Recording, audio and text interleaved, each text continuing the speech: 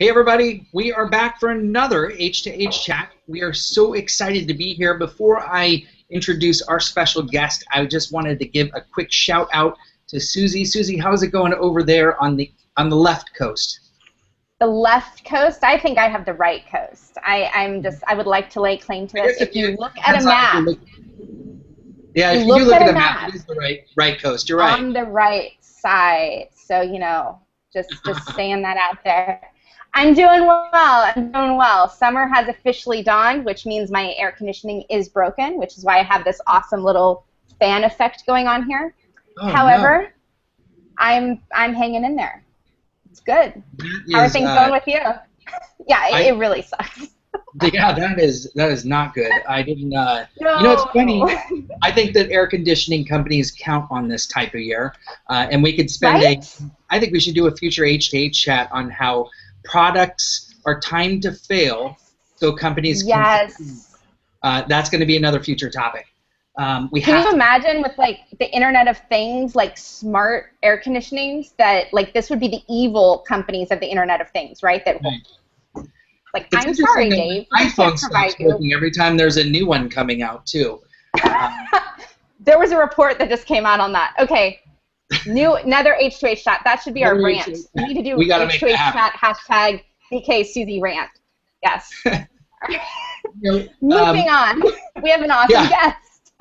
We do, and I met Shawn at it was South by Southwest, and we had an awesome time talking about content and copy, and also what he does at GoDaddy. And so, without further ado, I'll introduce Shawn while he sits there and listens to his own bio. That's right. Here we go. I always, when people announce me, I'm like, what am I, dying? What are you doing? But so anyway, Shawn is the editor-in-chief of the GoDaddy editorial department. He's responsible for overall editorial direction and has the pleasure of supporting his staff of communication professionals, many of which I actually also got to meet in South by Southwest. He works closely with product owners and industry experts to publish remarkable content that will help entrepreneurs and web professionals be more successful. They're always looking for other web experts, writers, artists, designers, and teachers throughout the world that want to help the underdog succeed. So that'll be interesting to talk a little bit about that.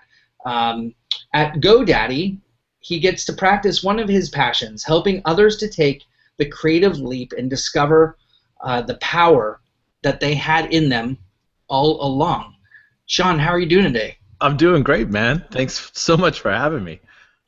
Yeah, no problem. No problem. We had a really fascinating discussion, in between parties.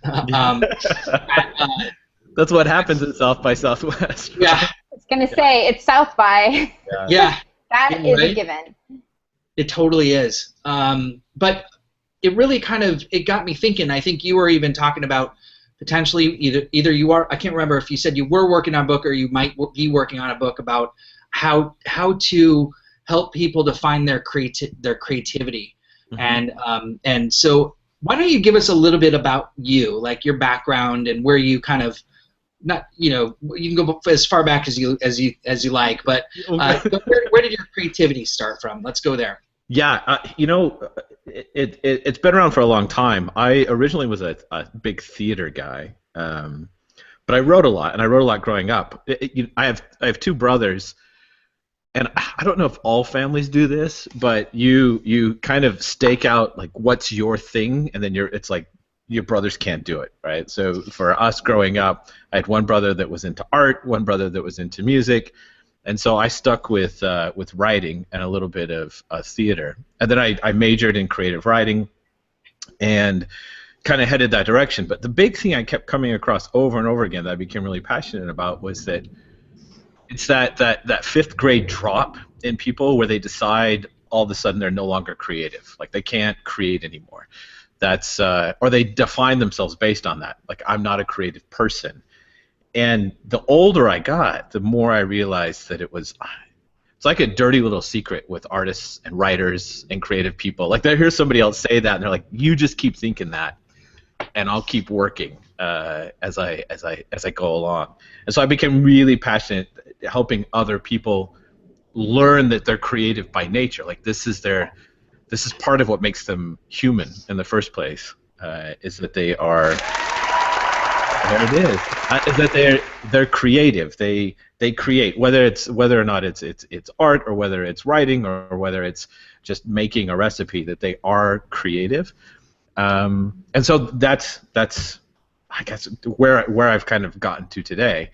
And that took me into GoDaddy, that took me into writing there, it took me into community work that we're doing at GoDaddy now, where we're encouraging not only employees but other people to realize that they're capable of creating content, and content being art, content being something that has both utility but is also novel, and that everybody can do that. Yeah, it's interesting to hear people say that, and I've heard this before, I'm sure you've heard it too, I'm not creative. Yeah. I do X. I am, I just do this. Yeah, I'm a numbers person. Yeah. Right. Yeah, like I'm not creative. I'm just a numbers person. It's funny, there's one presentation that I do on presenting, on giving presentations, based off of Nancy Duarte's really, really great book, Resonate. But during that presentation, I actually throw up the format of a haiku, so 575 up on the screen, and then I ask everybody in the room, okay, who in here is a poet? Like, no hands. There's never any, or there's like the one person that's like, that's right. Like, I'm like, and they're really dramatic about it. Blood of a poet, right? They raise their hand, and you're like, oh no, this is going to be great. And then I show them a picture of Star Wars or Wonder Woman or something, and I give them a minute and a half, and I tell them to write a haiku. Everybody in the room, 575. And you get to watch everybody in the room doing that count, like the, and everybody's like pressured into doing it. But as soon as they write that poem, as soon as they put it together, then I let everybody know. Okay, so now you're all poets. I mean, that's the definition, right? Is that you write poetry, and now everybody in the audience has written a poem, and you've just shown them like this is something you're 100% capable of, and the poems are amazing. The people that have never, and I also find out people have never seen Star Wars, which is really amazing as well. But they write poems about this, and they write poems about Wonder Woman, which is totally amazing, and they're beautiful. And then they're even surprised. They're like, well, like, I couldn't do this on my own unless you didn't show me. And then you remind them, all of it is, they're forms that you fill in. It's and that's just practice playing with those forms. So how do you define creativity? Oh, creativity. Wow, that's a really great question. Well, two things. I think there's I heard this was on, it's probably on Terry Gross or NPR, and I wish I could cite it, but I had heard a definition for art that helps with the definition for creativity, and the definition for art was that it's both novel, so something that's interesting or unique in some way, and useful. Like, it has to be both in order to be art. And so in thinking about it that way, creativity then becomes anything that is both unique to you, is something like your take on something. So if maybe I have a particular way that I make enchiladas, and everybody tells everybody, and they say, hey man, yeah, you gotta try Pfunder's enchiladas. Okay, that's utility. That's the thing that that's not utility. That's what makes it unique. But then the useful part of it is that I'm feeding people. And so then it becomes a creative act. I think that fits with most anything. So if you're doing something that is unique to you in some way, and lots of people have this, well, everybody does. Everybody's unique in some way, and you're helping somebody else, then it's creative. It's a creative act. And we discount so many things that we do, I think, as not being creative, because typically we think creativity, we think of Sylvia Plath or Michelangelo or I don't know. I was gonna say Counting Crows, like Adam Derwitz. He's really, really creative because he's brooding and he has dreadlocks, right? So he's got to be a really creative guy. Where everybody every day is doing something creative. I think it's just learning how to follow those. Again, we come back to templates and forms, things that naturally resonate with us as human beings. It's learning to identify those that makes things better. And you did say, I said humans again. Yeah. So this is one thing that I just really dig about you, and like when we were talking about it, just that concept. And I felt bad when we met each other. You're like explaining what you do. I had actually read Human to Human already. wow. And I almost sent you a screenshot of when I purchased the book to prove it to you on Amazon. But it's something that I really, really love. It comes back to this authenticity. It's huge. So. Thank you, man. I appreciate that. Yeah. And I know, let's talk about GoDaddy for a second, because we had some really interesting discussions about how you drive creativity within your team, within this great company that has obviously done some very creative things to brand itself. And so my first question to you is, how do you plan for, because a lot of it is content. GoDaddy is really I would say that their strength is in their content. And that comes back to a lot of what you and your team do. So how do you drive that? How do you start that process? We've and a lot of teams that create content and create a lot of content have I've noticed a metamorphosis where previously, maybe even the simplest way to say it is it was corporate content. People would just create something and it was branded as GoDaddy content solely. That was it. It's almost like you're ghost writing for a brand. And it's been more recently with the advent of the GoDaddy Garage, changing the way that we do engagement in social media, where I'm more interested in making sure that there is a person attached to it first, and then that person happens to be working at GoDaddy. And so on the Garage, for example, the debate early on was, well, can we just buy the content, put the content on there, and it's SEO fodder, or it's on page? Like, it would still be helpful, and we'd be helping people. Or do we give people the byline? Do we make sure that that's identified as, like, those individuals are the ones that wrote that content? The same in social media. Instead of interacting with GoDaddy as a brand in social media, you interact with people that work at GoDaddy, and it's actually their actual handles that you're engaging with, instead of engaging with this faceless brand. And so as soon as we started to do that, that's when I think we really saw really, really great influential content. And it wasn't just stuff coming from GoDaddy, it was from influencers throughout the web, people that really understood how to do social media, how to take care of your taxes, how to start and run a business. Instead of me, I love to write, but instead of me or somebody on the team researching and developing it and putting our name on it, putting other people's names on it to create that authenticity, and it's their voice that's coming through.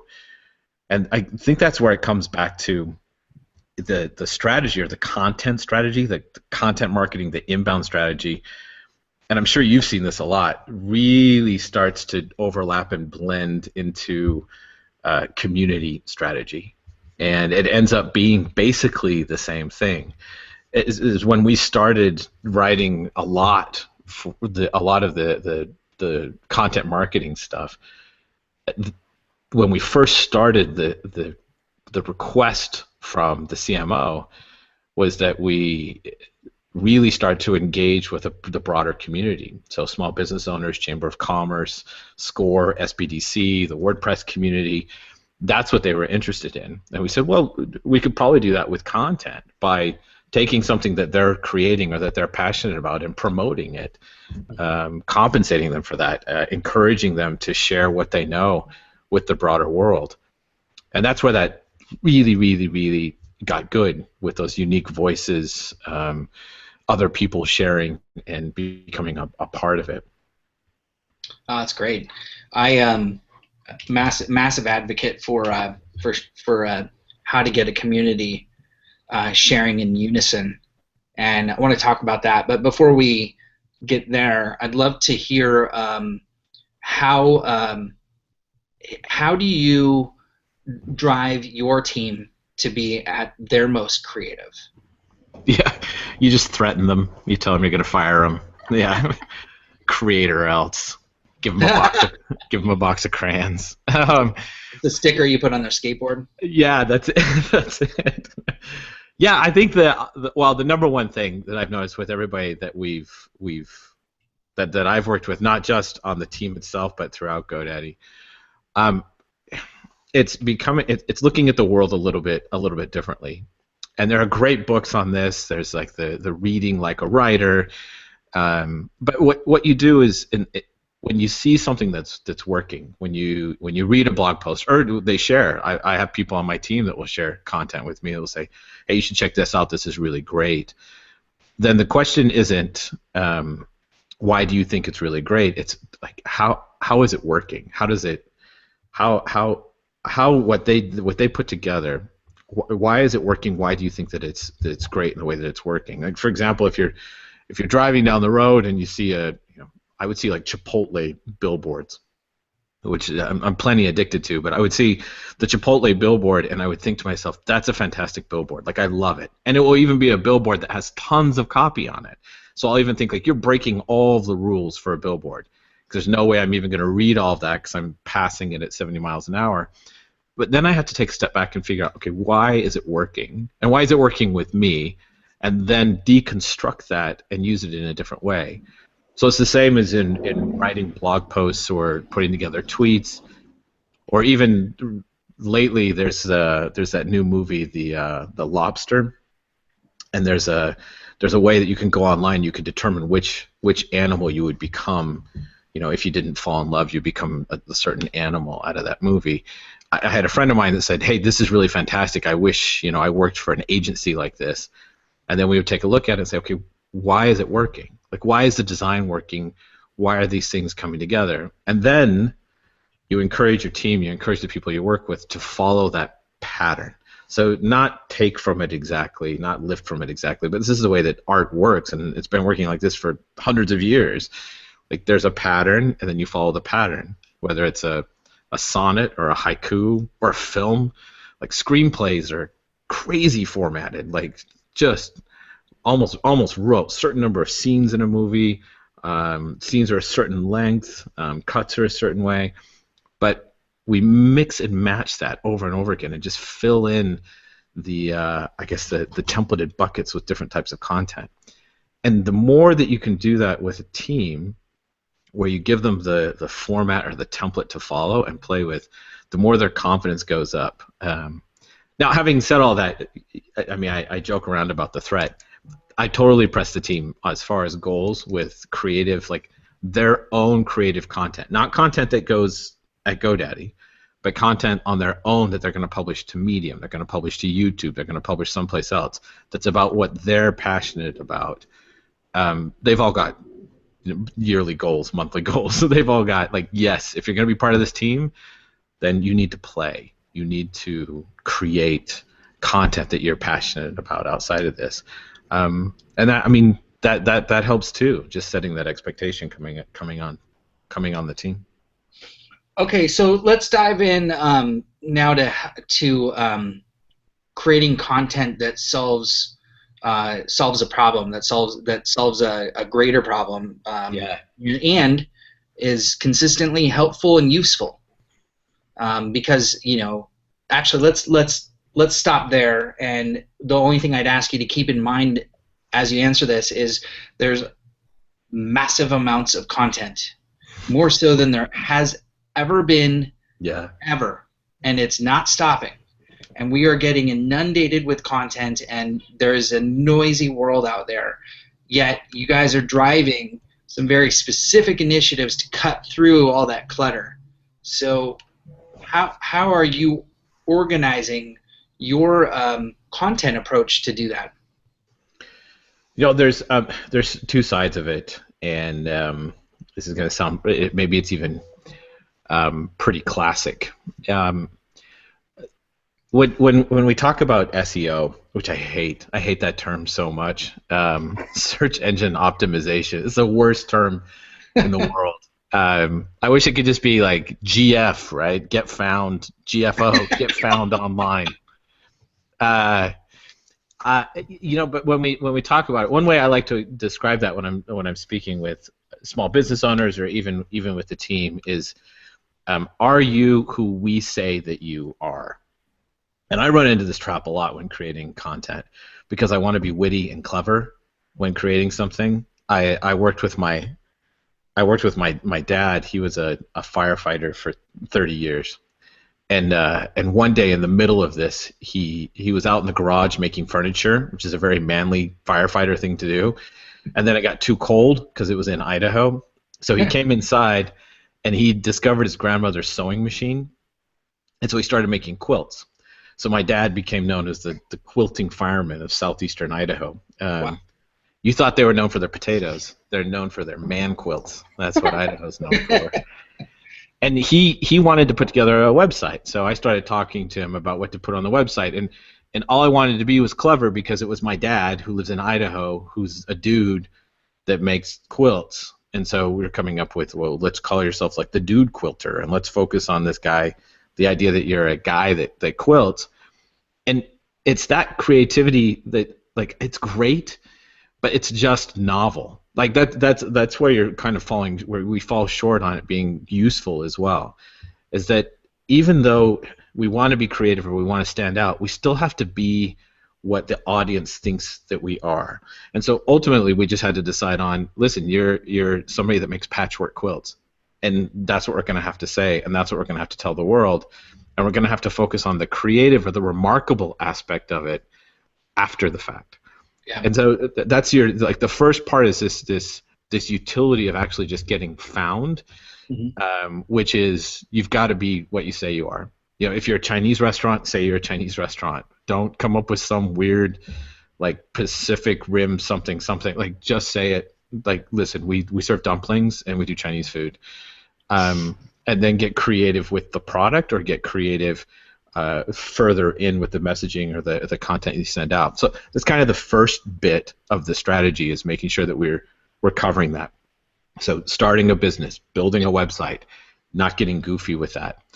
But then the second part comes into, I think, more along the lines of and this is interesting. This is that I find it resonates with people more. It comes more in with the examples. And when I say that, it's almost like examples in storytelling, but I don't mean long-winded bits of storytelling. I mean appealing to people's senses. And even maybe a better way to say it is, a lot of times when we talk about business, and you write about this in your book, which I love, but a lot of times when we talk about business, we get into like acronym land, where we just say the buzzwords. And there's great articles out right now about the Valley and startups, where even people, entrepreneurs, have no idea what they're talking about because they're just speaking this fake language over and over again. Yeah.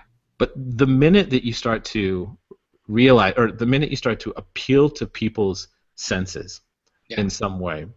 So when telling a story, if I stay really high level on and say something like it was a bad day, then that's nothing. But if I say it was a bad day, and then I explain what I smelt during that bad day, or I explain what I saw during that bad day, or what I heard during that bad day, then people become converted. They become more interested in what you have to say. So instead of just it was a bad day, it's 117 degrees in Phoenix right now. And when I walk outside, my skin starts to like contract together as if it's trying to save all the moisture inside of it so that I don't die.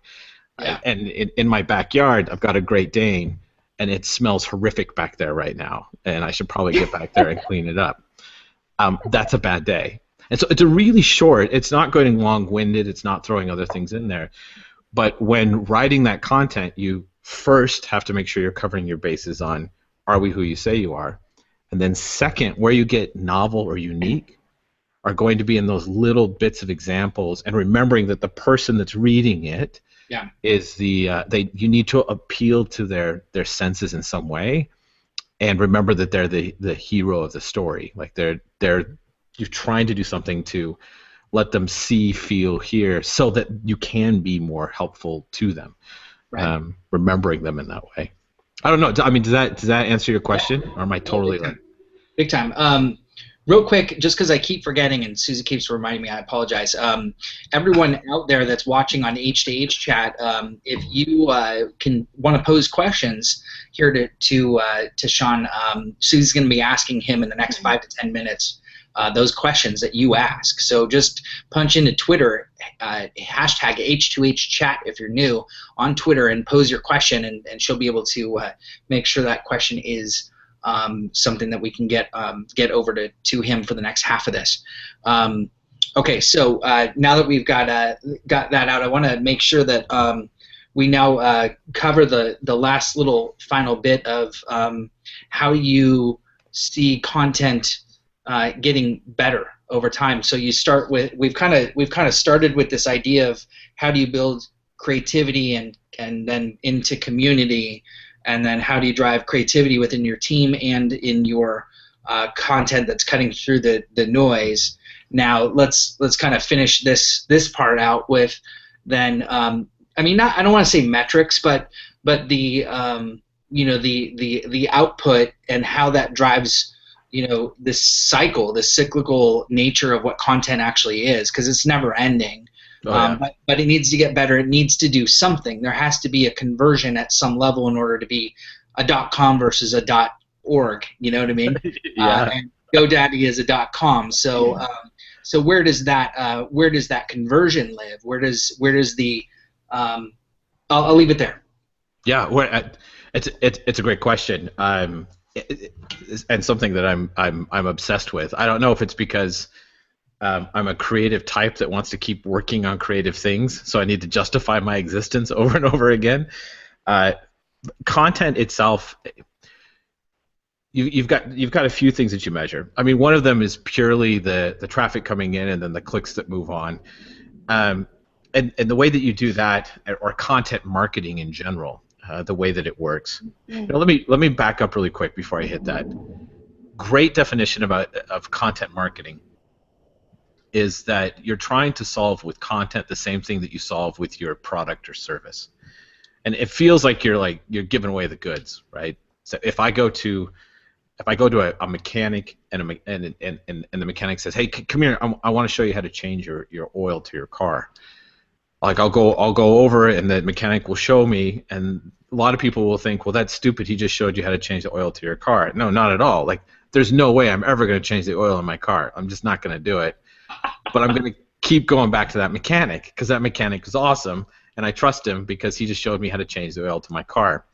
So content marketing does the same thing. So as you get that content out there and you explain this to, or you show different people how to accomplish the same thing that you do with your product or service, that builds trust. That builds. This is somebody that's interested in that. That's how they found you in the first place. So they keep coming back. They want to learn more. Now that's as long as you're helpful. If you then don't become helpful and all you're doing is just pitching the oil change over and over again instead of showing them something within that realm that's useful to them or helpful to them in some way, then it's no longer content marketing and it doesn't work. Now the tracking of that, there's different ways that you can do it. But one of the most popular ways is monitoring the links that go over to your service or your website. So seeing what actually makes it over to your other landing pages. They refer to these as micro and macro conversions. Micro conversion, hey, I just showed you how to change your oil. Go check out this guide for figuring out. Go check out this guide for how to change your brake pads, which is insane. I can't even imagine changing my brake pads. But I might be interested in it, especially if I know that it's going to be witty and clever based on the person that I met. So when I go to get that guide, he asks for an email address so that he can keep me up to date on really cool things in the future. And so I give them my email. That's a micro conversion. I can see whether or not the content is working. Now, as far as content improving over time, and this is important because it's going to have to keep morphing. Because for a little while, it was just how-to content. Because somebody just showed me step by step how to do this, and then that wasn't remarkable enough. And then it turned into how-to content that was on YouTube, and they would walk me through the different ways to do this, and then it just keeps morphing into new things.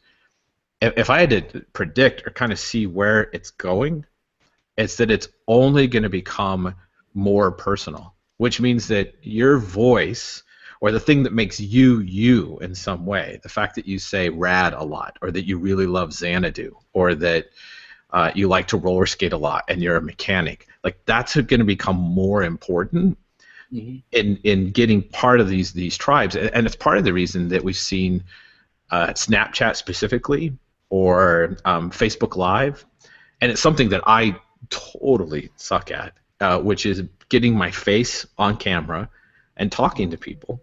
And that's evidence 100% that it's only going to become more personal, because it's not as effective as if I go to an event and I just film the event with my camera. It will not get the same reaction and the same engagement and the same conversion as if I show myself at the event to everybody that knows me, and then show the event, and then show myself again as I go through, because we're going to crave more and more that personal interaction, and that's one of the best ways to do it. And that's where content, as far as improving, is totally headed. It's just going to get more and more personal. With the writer, like, we need to see the writer, we need to see the filmer, we need to see the person behind the camera. So. Yeah, that's excellent, man. I could keep asking you questions here, because this is a whole process that we've barely even scratched the surface on.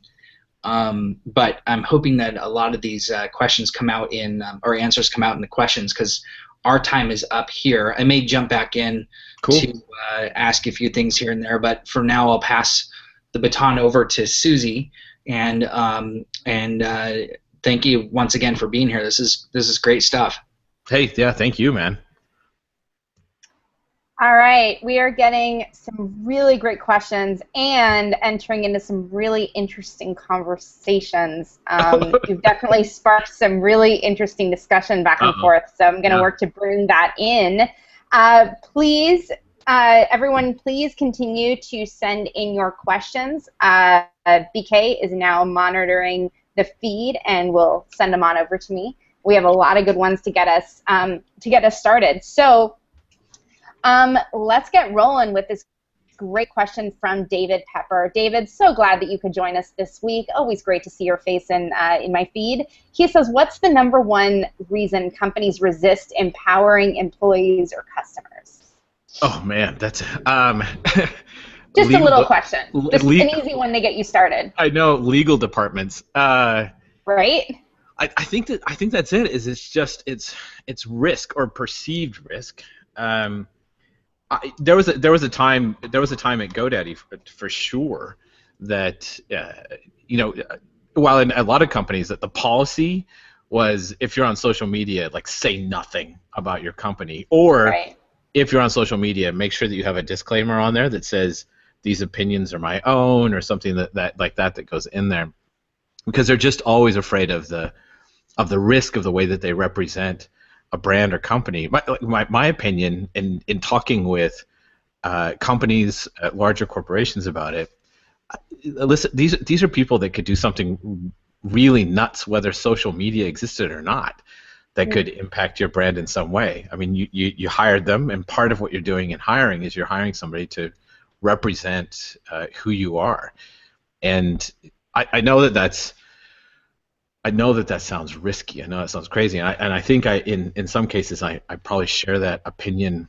I share that opinion alone sometimes in the room, but 100% believe it. I think if one thing that we're working on now is the best thing that we could do from a community perspective is empower employees and customers and make sure that they know where really great communities exist now. So I'm not talking about creating a GoDaddy community. I'm not interested in creating a GoDaddy community.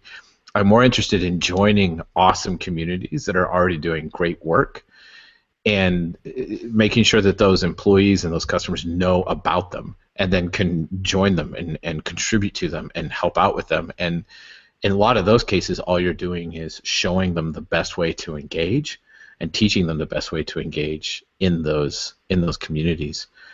Yeah, there's a lot of people that are still really gun shy about that. That's totally true.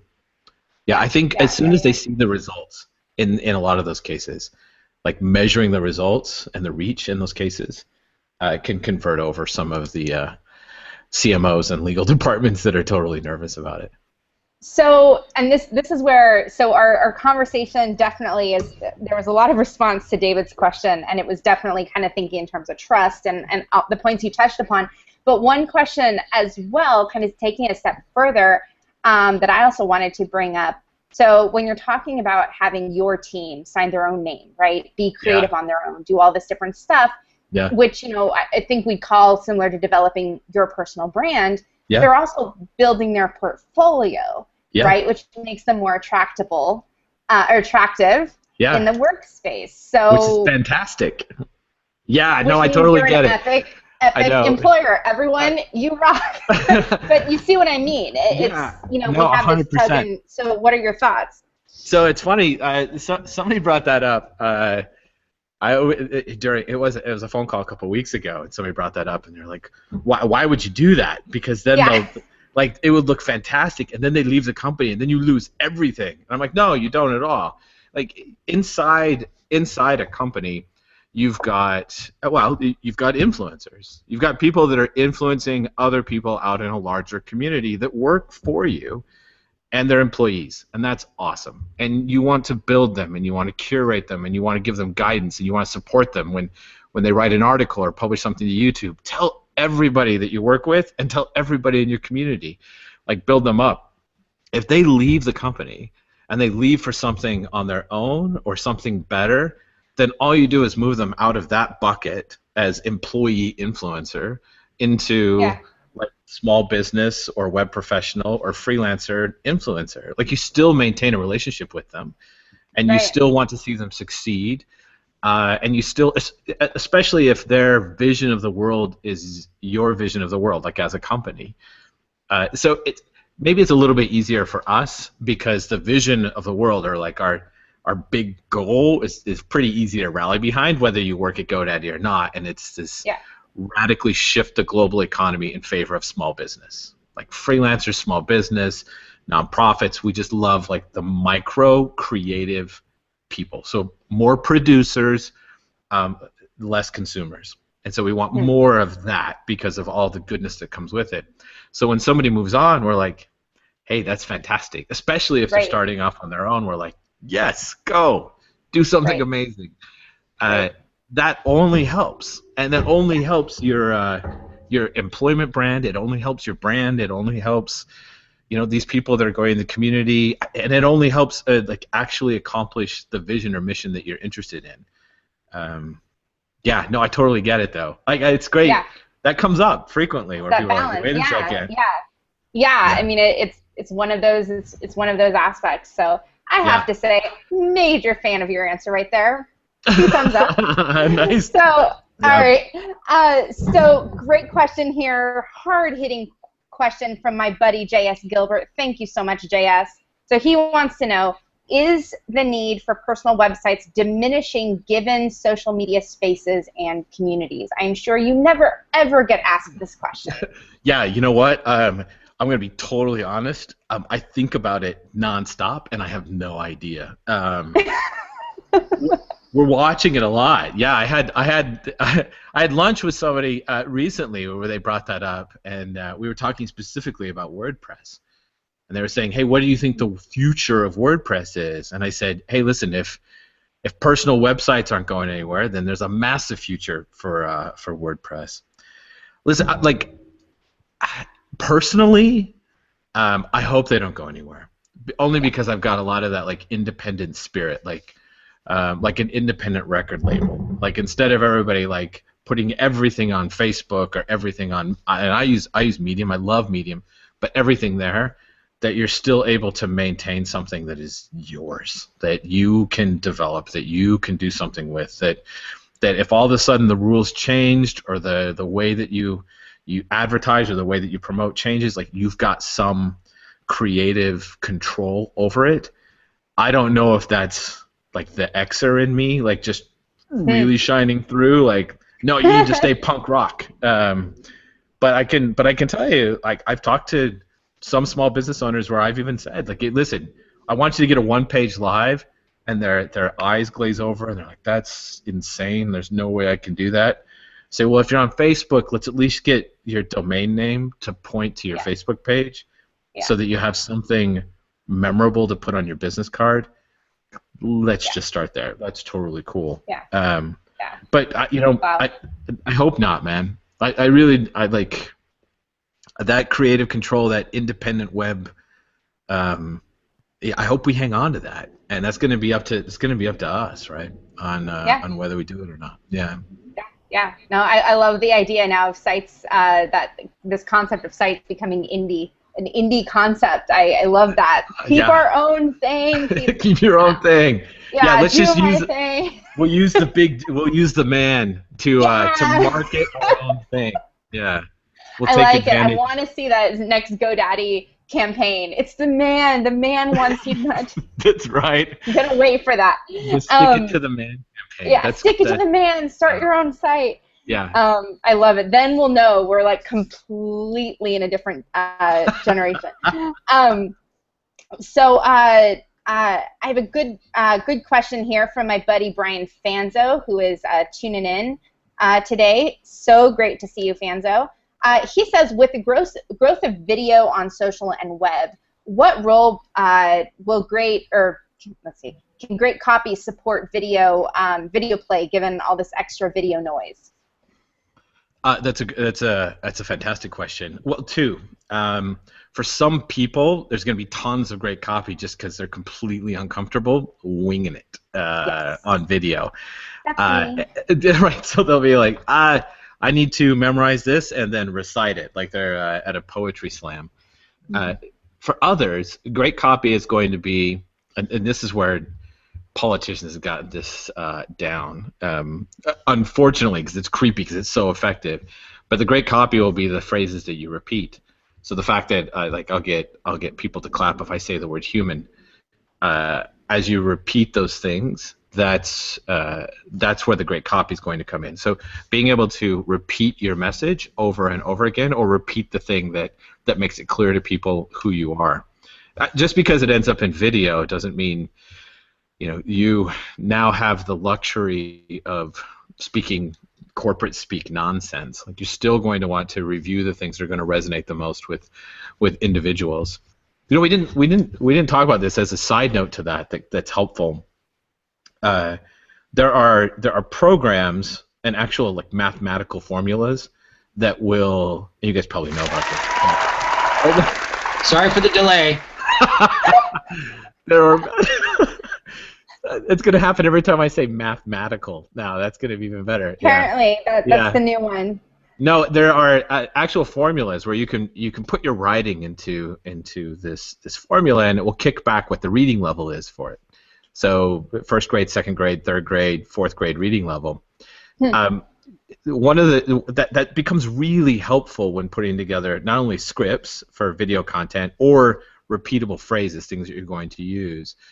But when writing longer form, because it will, most of us want to read or consume content. This includes video, the language that people use during video, it's between second and fifth grade reading level. And it doesn't mean that the things we're talking about are juvenile. It just means that the words that we're using are at that more, I want to call it pedestrian, but it's just the way that we talk. It's the way that we communicate with each other. A couple of those, like one of them is called the Hemingwrite app, I think, and then Grammarly, Readability. App? Yeah. One of them's called, I think you just go to readability.org or something and do it as well. Yep. But really, really, really helpful as well. It's awesome. I love it. So another question I have here is from Julie Zeisman over at Little Bird. Julie, I'm so glad to see you today. Always fun. So she says, is it better to be specific in your story and have a small but qualified funnel, or be broad and do nurture education? Oh, wow. Instinctively, I want to say specific. Yeah. It's probably going to be a combination of both, kind of what we talked about before, but the more specific that you get, the better, because that's where it's going to be, that's where it will become remarkable. Yeah, I mean, examples. I'm working on a piece right now that I'm late on, so if the person, my editor, is listening, like, I'm so sorry. But it's a piece on web content, like writing web content. And if I go broad, I end up starting to write a book, because I keep wanting to use examples that people will understand. Like, I ended up talking about what were they called? Like minstrels that would follow knights around during the Middle Ages. And then that was like the original content marketing, are these minstrels that would follow knights around. Oh, like in Monty Python, the Sarong. Right, like they would follow, yes. sing along with the coconuts and things, right? Like, yes, this is the original, I love it. Yeah. content marketing, because what they're doing is they're telling the story about what they would do and put it together. Well, that's because it's so broad. As I start to like dissect that or put together the education for it. But then as soon as I started writing up a piece that said, hey, instead of writing out paragraphs of content, write each sentence on one line. And as you write just one sentence on each line on your legal pad or in Notepad or whatever, you start to see what the flow looks like of your words. You start to remove transition words like therefore and furthermore and things like that as you write. So the more specific I get, the more helpful I'm actually getting to the audience. However, I mean, I think that the whole Monty Python thing is rather clever. I love it. But I don't know if it's going to be specific, if it's going to be really that helpful or shareable. It'll be a funny little bit that goes in there. So. Yeah. Which, I mean, I would imagine from, a social sharing perspective, though, having that sort of relatable, human, funny aspect, that how much do you, so maybe we can talk, how much do you think of that when you're creating content? Hey, I got applause. That doesn't happen that often. I like how subtle he is when he does it. He's like, no reaction, and then smile, and then no reaction. It's fantastic. Human. Yeah, that's awesome. So I know, like,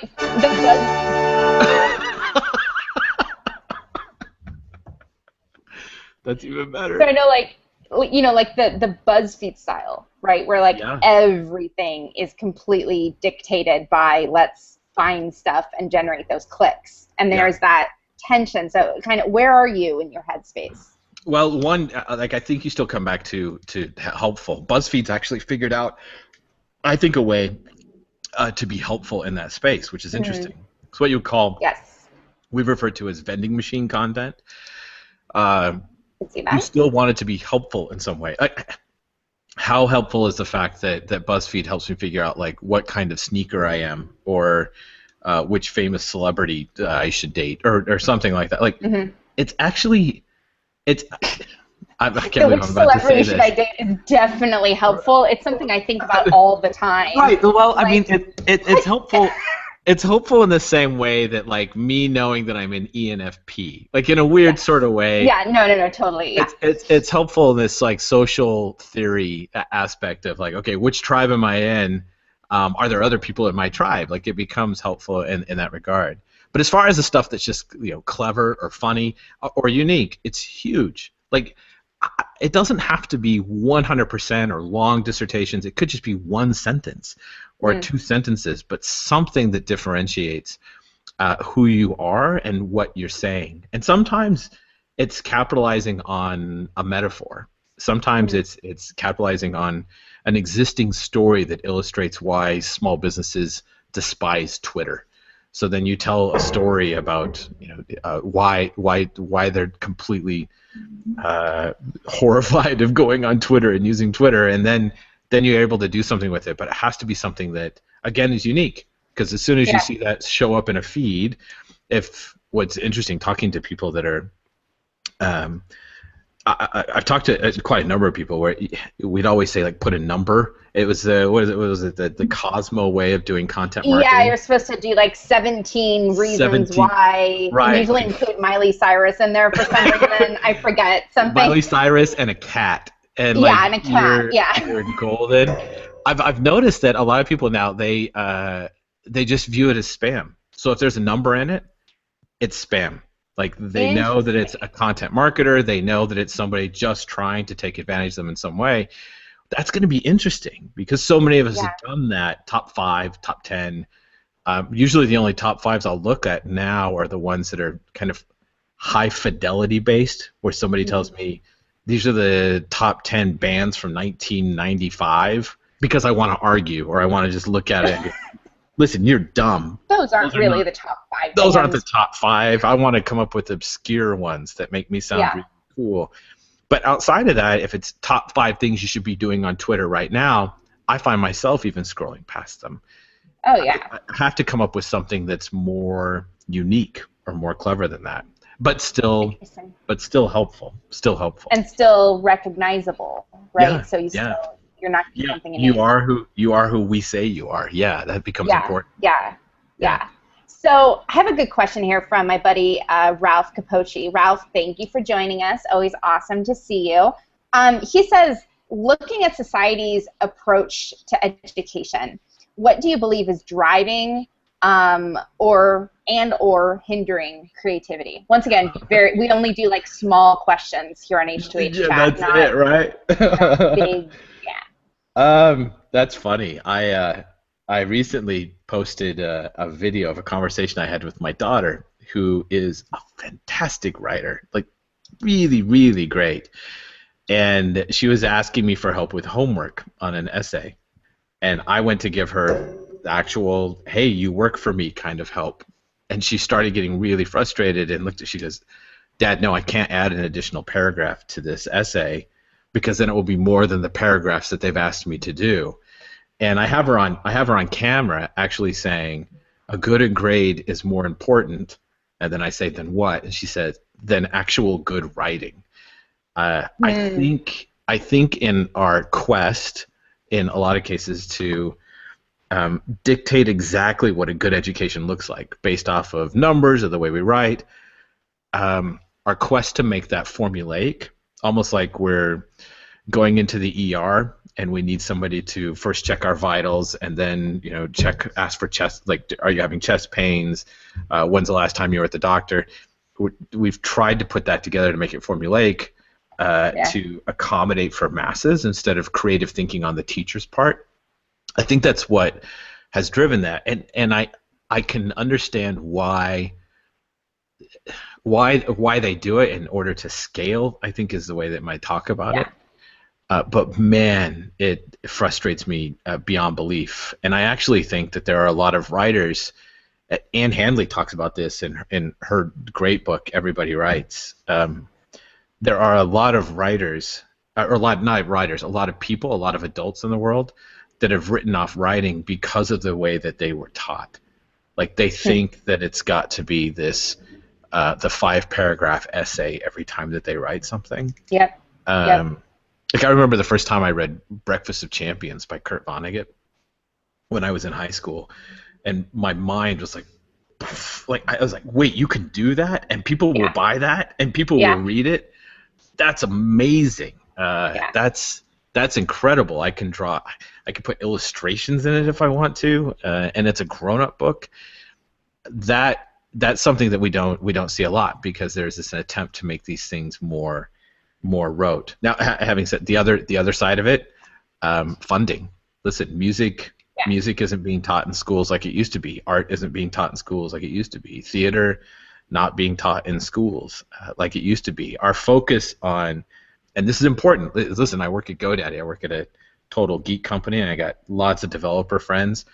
Our focus on STEM instead of STEAM is freaking me out a little bit. I'd rather see a code day where you treat the teams of individuals, like the kids, almost like individual bands, and somebody plays guitar, which means they do the code, and somebody else plays keyboard, which means that they get to do the marketing. I don't know why I said keyboardists are going to be marketers. Somebody else plays the drums, which means that they might be the one looking at financials and what they put together. But more of that entrepreneur altogether spirit and the roles that you play, instead of just, hey, everybody, let's learn to code. I think that that's important, totally, and as far as, especially in the world being competitive. But if we lose that artistic piece, that creative piece, we create another generation of people that don't know how to creative problem solve, or think that they're just not capable of it, that their friend is, and so they'll team up with their friend and let them do it, right? And I'll be the numbers guy. Right, exactly. I'm the numbers person. You're the creative brain. That's so interesting. So for me, it was my breakthrough in high school was If on a Winter's Night a Traveler by Italio Calvino. Yes. And I would get in massive trouble for writing run-ons, and his first sentence goes on to the second page. Yeah. And it is like the best thing ever. And I just come out of my prior year with the thou shalt have only 15 sentences, chunks of this and that and the other thing. And then I read this and I was like, mind blown. Oh my God. But I mean, I was a reader, and so, but it's so interesting. If we can make content marketing, show that content drives ROI and that bottom line, and English isn't seen as this kind of throwaway, oh, you're not doing anything, could be a game changer. But I love that. Thank you, Ralph, for opening up this topic. I think it's so fascinating. So I have a good question. I think I might want to round it out, or end it up from our very good friend Courtney Smith, who is tuning in today. She wants to know, and I think this is so important, what about long-form and even long-form episodic content? Do you see that as valuable to a brand versus several kind of short hits, right, little consumable pieces? Yeah. That's a great question. Wow, that opens up so many things, because then we get to talk about the demise of Western civilization and why people don't read anymore. Yeah, I totally do, and I feel that way not just for altruistic reasons, where I think that, listen, I want more people to read or to have attention spans that aren't based off of Sesame Street. By the way, Sesame Street ruined us all. If you guys just look at like the segments on Sesame Street last like 15 seconds a slot, right? We thought it was MTV that did it. No, it goes all the way back. It's Sesame Street. So I dare you to write a blog post about that. You will get so much hate. PBS, man. That's PBS screwed us over, man. That's it. Ever. Our attention span.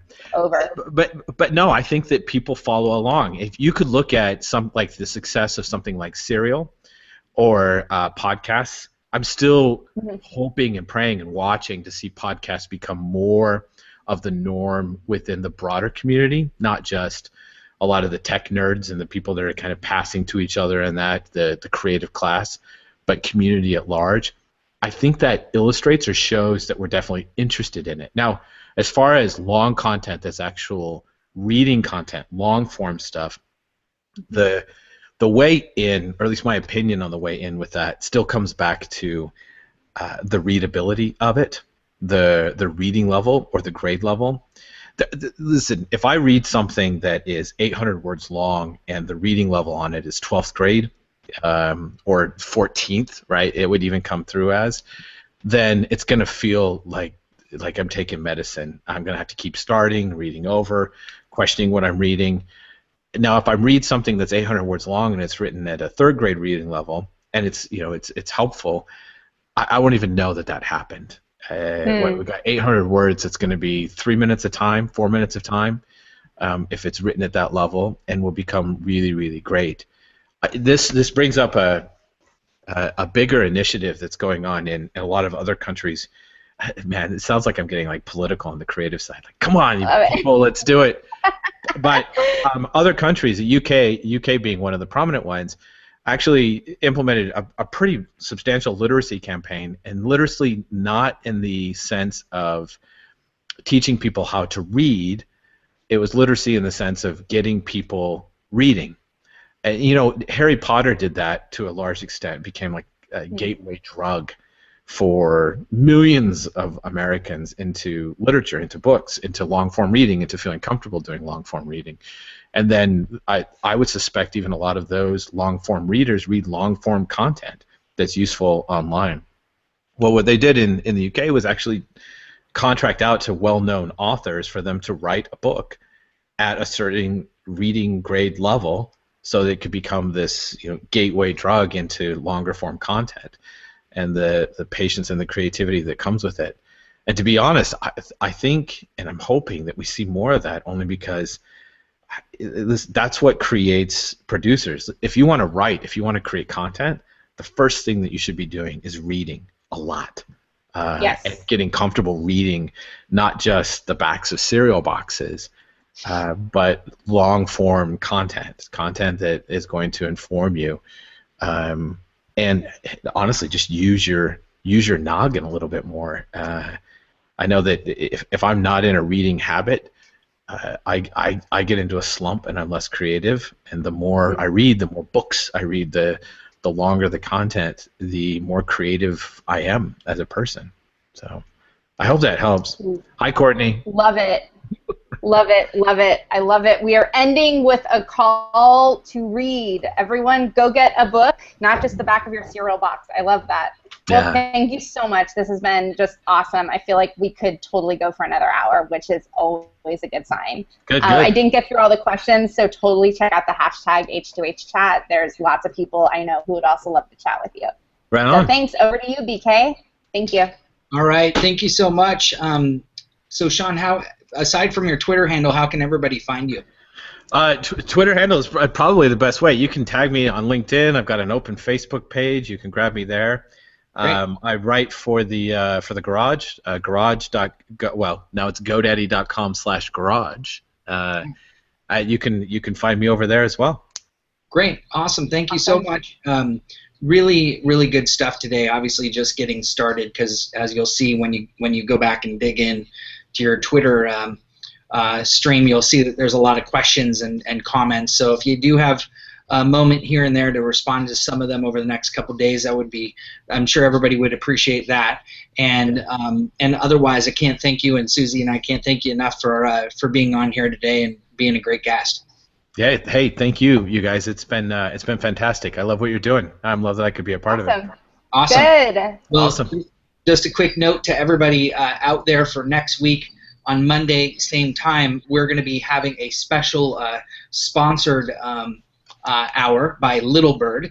We're going to be diving into the meaning and the specifics around influence, creating influence, finding influence, what influence means, and we are going to have a third party on. We're going to have Dun & Bradstreet on as well, so it'll be a full panel talking about how they have used influence to create demand generation for their business. So it's going to be a really cool live HH chat next Monday. I hope you all can join us. We'll have everything out in the next few days, so you can sign up. Other than that, thank you everyone for joining us yet again for another H2H chat. Have a great week, and we'll see you soon. Cheers. Bye, guys.